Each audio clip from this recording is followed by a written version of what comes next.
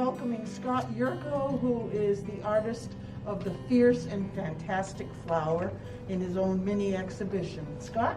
Yes, since I've been home with coronavirus, as everybody has, I'm painting whatever is around my house. The flowers are part of my landscape.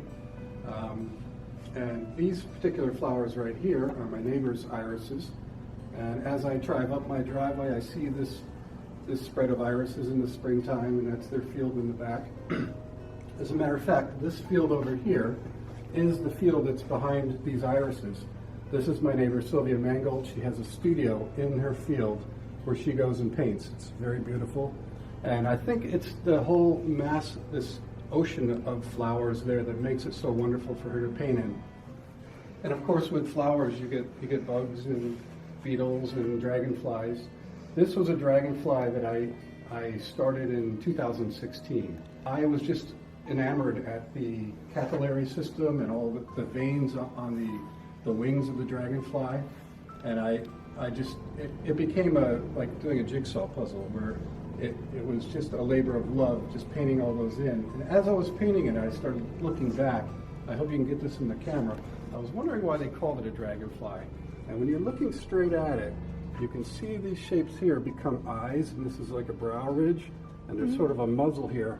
If you sort of unfocus your eyes a little bit, you can actually see a dragon looking at you. This dragonfly was actually from Colorado. And this is some hollyhock that I photographed when I was in Santa Fe, New Mexico. So whenever I look at it, it just takes me back to that period in my life or whatever I was feeling at that time. As I'm painting those, I really just want to capture the feeling of the emotion that I felt when I was looking at them. As I look around at the other flowers in the gallery, I mean, they're very beautiful, and but to me, they're a moment in time. So when they bloom, it's gorgeous, and it's that whole experience that you have with the flower. These are peonies, and they were grown on my property.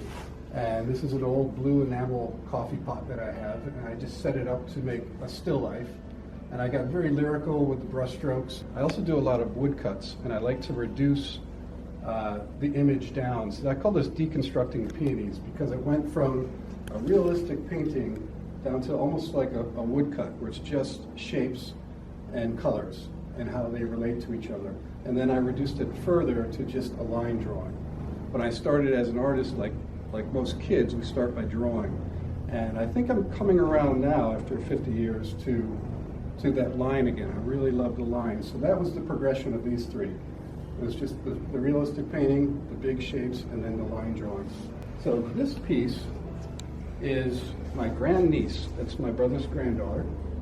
And she was looking at a single buttercup through a magnifying glass. And I just thought it was the most beautiful thing to have this double portrait of her. And it was this moment in time where she's almost at the same stage in her life as the buttercup is. It's just blooming. She's about 10 years old. She's coming into her own. She's changing from a little girl to a woman. There's a whole transition thing that's happening with this painting for me. It's just a touching moment when we first look through a magnifying glass, and there's that moment when you think, there's another separate life going on. There's a different dimension almost. And it was this moment of discovery that I really wanted to capture. Even though it's a double portrait, there's one thing missing on her, and that's her lips. So when you look at this little painting of the rose, I said, well, I got to put her lips somewhere in the show. So if you look real close right here, that's her lips. So it's still in the show. Some Asiatic lilies, and I had them planted by my house, and they were in a shaded area. And when the sun would come out, they would just explode, and it was dark behind them. And I just wanted to do this explosion of yellow petals and variations of yellow as what I saw and what I remembered. What does participating in this show mean to you? Well, we've all been locked up for 12 months, and it's been very difficult for me. It's been very difficult. I live alone, so it's just you're isolated. And as an artist, it's really important to interact with people.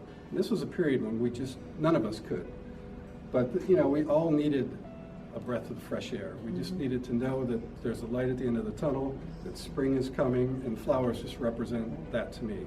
It's spring, things are starting over, and we can get outside again and live our lives. So that's really was the origin of the flowers Great. for me. Yeah. What artist inspires you? Who inspires you the most?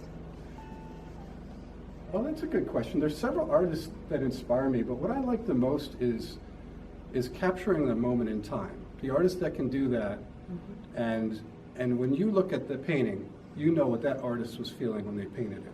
So if I can look, Norman Rockwell or somebody like that, you know exactly what he's thinking about at that moment. And to me, that's a successful painting. When I don't really have to explain it to you, you can just look at it and you can feel what I feel when I paint it. Yeah, absolutely. Now here's a question. What's your favorite tool in your studio? As a scenic artist, which is what I do for a living, we use anything that we need as a tool. So I'm painting large 50 by 100-foot paintings. So we'll paint with brooms, we paint on the ground with brooms or rakes or whatever we need to make a mark. So since I paint quite realistically, really these are all just easel paintings, or I'm just using a brush basically. But I'll use anything I need to make this happen. If I have to use a photograph and project it, or I scale it up and draw it, I think anything is fair to make the final image. Right. Well, thank you so much, Scott. You're welcome. What a great Happy talk. to be here.